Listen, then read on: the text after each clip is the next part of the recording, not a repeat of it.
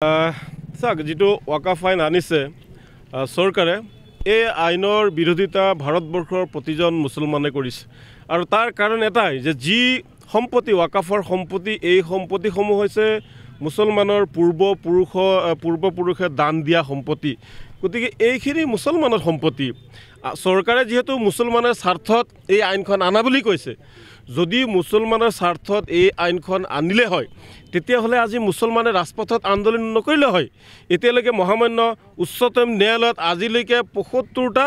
গোচৰ আজি শুনানি আছে ৰায়দান আছে আৰু হয়তো হাজাৰ হাজাৰ গোচৰ উচ্চতম ন্যায়ালয়ত যাব আমিও যাম গতিকে এই আইনখন আমি মুছলমান বিৰোধী বুলি বিবেচনা কৰিছোঁ আৰু চৰকাৰক আমি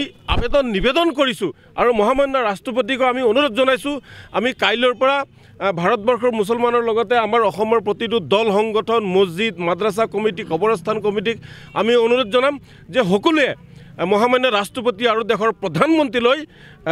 স্মাৰকপত্ৰ প্ৰেৰণ কৰিব লাগে যে এই আইনটো আমাৰ বিৰোধী আইন মুছলমান বিৰোধী আইন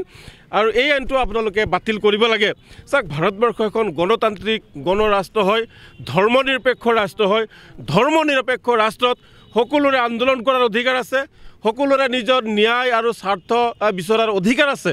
কিন্তু দেখিবলৈ পোৱা গৈছে যে আমাৰ আন্দোলন প্ৰতিহত কৰিবলৈ চাওক আপোনালোকে হাজাৰ হাজাৰ আৰক্ষী বাহিনী আজি মোতায়েন কৰিব লগা হৈছে গতিকে আমি আমাৰ স্পষ্ট কথা কি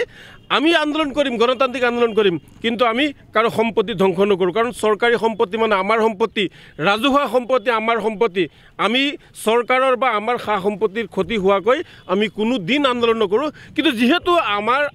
আমাৰ জাতিৰ বিৰোধী মুছলমান বিৰোধী আইন ইয়াৰ বিৰুদ্ধে কিন্তু গণতান্ত্ৰিকভাৱে আন্দোলন চলি থাকিব আমাৰ কণ্ঠ কোনেও ৰদ্ধ কৰিব নোৱাৰিলে মানেতো মৰিবই লাগিব শ্বহীদ হ'বই লাগিব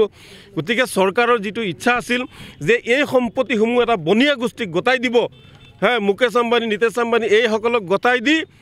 তেওঁলোকে এটা ব্যৱসায় কৰিব মুছলমানৰ সম্পত্তি গতাই দি গতিকে এইবিলাক ব্যৱসায় কৰিবলৈ দিয়া নহ'ব আজি কাৰ্বি আংলঙতো হাজাৰ বিঘা মাটি ৰামদেৱক সমজাই দিয়াৰ কাৰণে প্ৰস্তুতি চলিছে আজি জনজাতি লোকসকলে আন্দোলন কৰিব লগা হৈছে আজি ভাৰতবৰ্ষৰ প্ৰতিজন মুছলমানে আন্দোলন কৰিব লগা হৈছে গতিকে এই আইন হৈছে মুছলমান বিৰোধী এই আইন যিমান দিন